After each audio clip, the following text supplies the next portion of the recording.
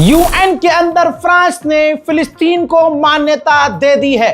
Emmanuel Macron ने खुद ऐलान कर दिया है। The time has come. C'est pourquoi, This is why, fidèle à l'engagement to the historique de mon pays au historic commitment of Proche-Orient, my country pour to la the Middle paix East, entre le peuple israélien to peace et between le peuple palestinien, the Israelis and the Palestinians, je déclare this is why que la France I reconnaît declare that aujourd'hui today l'État de France Palestine. recognizes the state of Palestine.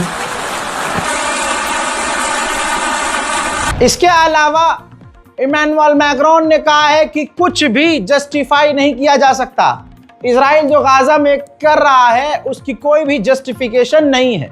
Emmanuel Macron ने यह भी कह दिया है balance करने के लिए कि जो हमने फिलिस्तीन को मान्यता दी है यह हमास की हार है। लेकिन दूसरी तरफ इमैनुअल मैक्रोन ने कहा कि इसी वक्त हमास इजरायली तमाम कैदियों को रिहा करे तभी उसके बाद हम फिलिस्तीन में अपनी एम्बेसी को खोलेंगे। इमैनुअल मैक्रोन ने बैलेंस करने के लिए आगे ये भी कहा कि जब फिलिस्तीन को तमाम देश मान्यता दे दें तो अरब देश इजराइल से बातचीत करें और इजराइल को भी मान्यता दें। उन्होंने ये भी कह दिया कि 152 देशों ने फिलिस्तीन को मान्यता दे दी है ताकि इजराइल और फिलिस्तीन के बीच शांति पैदा हो और अब वक्त आ गया है कि फिलिस्तीन को कबूल कर लिया जाए। इसके अलावा दोस्तों एक और देश है मोनाको, उनके प्रिंस ने भी यूएन के अंदर ऐलान करते हुए फिलिस्तीन को मान्यता दे दी है।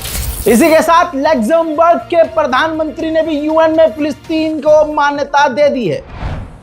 That is why I solemnly declare that as of today, Luxembourg formally recognizes the state of Palestine. UN के अंदर बेल्जियम का जब नंबर आया तो बेल्जियम ने भी जरा भी समय नहीं लगाया और फिलिस्तीन को मान्यता दे दी। Therefore, Belgium is giving out a strong political and diplomatic signal to the world today by joining the group of countries that announces the recognition of the state of Palestine in the margin of this high-level week of the United Nations General Assembly.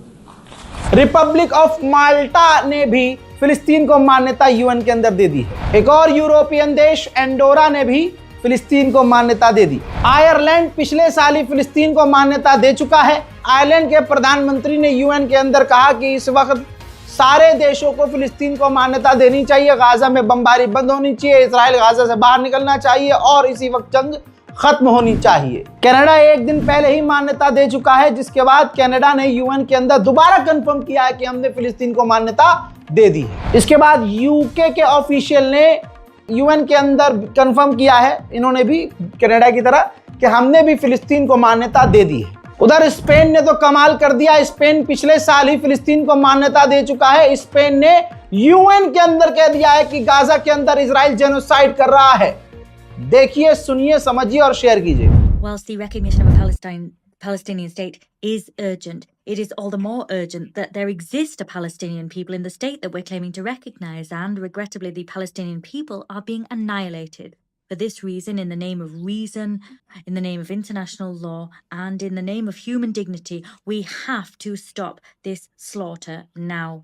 At this precise moment, bombs continue to fall indiscriminately on the civilian population in Gaza. Hunger is killing women, older persons, and children. Today, Egypt के प्रधानमंत्री ने भी UN के अंदर साफ कहा है कि इजराइल गाजा के अंदर जेनोसाइड कर रहा है। यूएन की इस मीटिंग में आप जरा इस तस्वीर को देखिए, इजराइल की कुर्सी खाली है। इजराइल नहीं, अमेरिका नहीं, और जो इजराइल अमेरिका के करीबी देश थे गुलाम, वो भी इस यूएन की मीटिंग में शामिल नहीं हुए हैं। इंडोनेशिया, तुर्की और कनाडा के जब नेता यूएन के अंदर स्पीच दे रहे थे तो एक बड़ी अजीब घटना हुई। ये तीनों देश के नेता जैसे ही अपना बयान देने के लिए आए तो वहां का स्पीकर माइक पूरी तरह से बंद हो गया। कहा जा रहा है कि इसमें इजराइल का हाथ है, उंगलीबाजी है और हैकिंग करके इजराइल ने ये खेल किया था। हजरत, यूएन के चीफ एंटोनियो गुटेरेस ने भी कह दिया है कि इजराइल जिस तरह से कब्जा कर रहा है ये और खतरा हो रहा है टू स्टेट सॉल्यूशन के लिए। जिस तरह से सेटलर फिलिस्तीनियों पर जुल्म कर रहे हैं, टू स्टेट सॉल्यूशन के लिए सीधा सीधा ये एक बड़ा खतरा है। और ये क्लियर करना ज़रूरी है कि जो देश फिलिस्तीन को मान्यता दे रहे हैं वो कोई एहसान नहीं कर रहे हैं, वो कोई बड़ा काम, वो उनका हक है। फिलिस्तीन की ज़मीन फिलिस्तीनियों की है। And let's be clear, statehood for the Palestinians is a right, not a reward.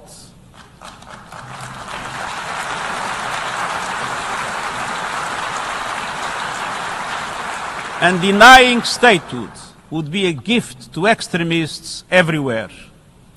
बहरहाल रोम में फिलिस्तीन के समर्थन में प्रदर्शन जारी है और ये प्रदर्शन काफी तगड़ा है।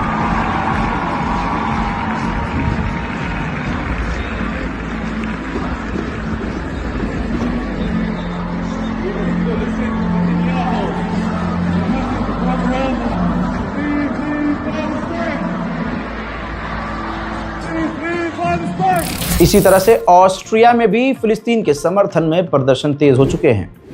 Immer mehr Menschen auf gegen Völkermord und gegen die eigenen Regierungen, die ihn unterstützen. Überall, in Spanien, Frankreich, Italien, sogar in Deutschland, gehen Zehntausende Menschen auf die Straße und Hafenarbeiter in einer Reihe von Ländern. Austria के बाद Australia के अंदर भी फिलिस्तीन के समर्थन में प्रदर्शन तेज।